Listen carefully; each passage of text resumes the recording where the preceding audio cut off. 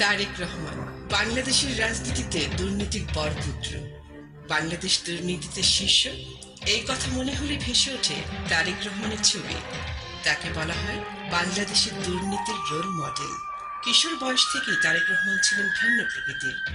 ভালো করে লেখাপড়া শিখিয়ে সত্যিকারের মানুষ হিসেবে তৈরি করার জন্য জিয়াউর রহমান তাকে ঢাকার বিখ্যাত স্কুল সেন্ট জোসেফে ভর্তি করিয়েছিলেন। কিন্তু স্কুল সূত্রে জানা যায়, ফলাফল সন্তোষজনক না হওয়ায় স্কুল কর্তৃপক্ষ তাকে বহিষ্কার করে। এরপর তারেক ভর্তি হন শাহীন স্কুলে।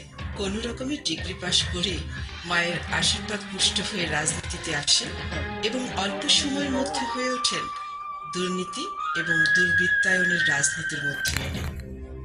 1990 সালে তারেক রহমান লঞ্চের ব্যবসা শুরু করেন।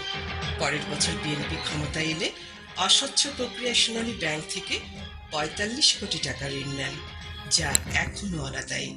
2001 সালের অক্টোবরের নির্বাচনে বিএনপির নেতৃত্বাধীন 4 দলীয় জোট 2/3 সংখ্যাগরিষ্ঠতা নিয়ে ক্ষমতায় আসে।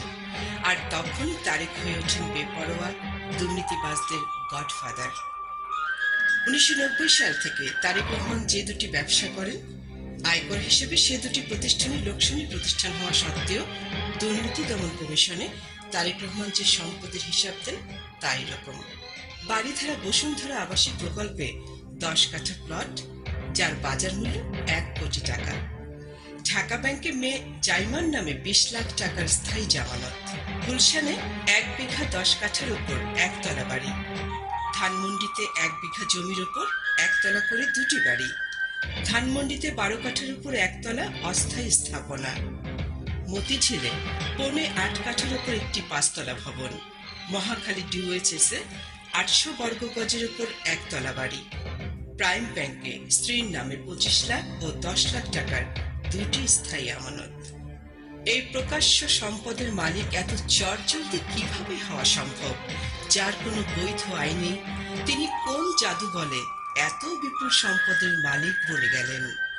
প্রকাশ্য সম্পদের বাইরে তারেক রহমানের অপ্রকাশ্য সম্পদ রূপকথার গল্পকে হার মানায়। মালয়েশিয়া, দক্ষিণ আফ্রিকা, সিঙ্গাপুর, সুইজারল্যান্ড ও থাইল্যান্ডে তারেক রহমান কয়েক হাজার কোটি টাকা পাচার করেছেন বলে অভিযোগ রয়েছে। আর এই অবৈধ সম্পদের উৎস চাঁদাবাজি, দুর্নীতি আর কমিশন। আলামিন কনস্ট্রাকশনের মালিক আমিন আহমেদ ভূঁইয়ার কাছে 1 কোটি টাকা চাঁদা নিয়েছিলেন তারেক রহমান। এই অভিযোগে তার বিরুদ্ধে মামলাও হয়েছে।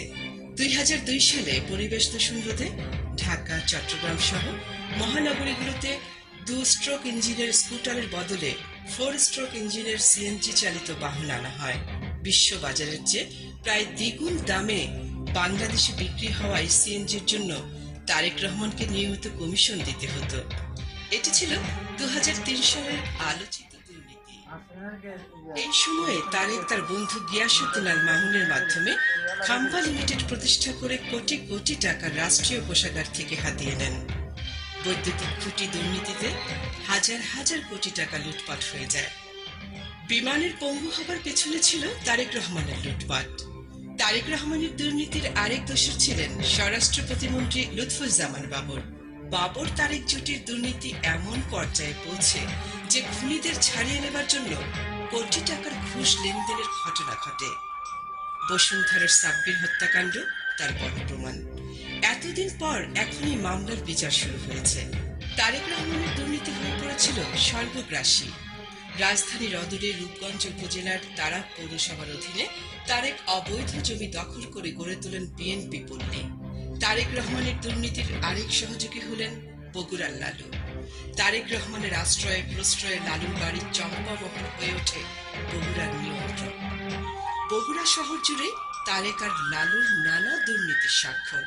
এইসব ফলক আর স্থাপনা থেকে তারেক রহমান কোটি কোটি টাকা আত্মসাৎ করেছিলেন। এভাবেই রাষ্ট্র ক্ষমতাকে কুক্ষিগত করে তারেক রহমান হয়ে ওঠেন দুর্নীতির প্রতীক।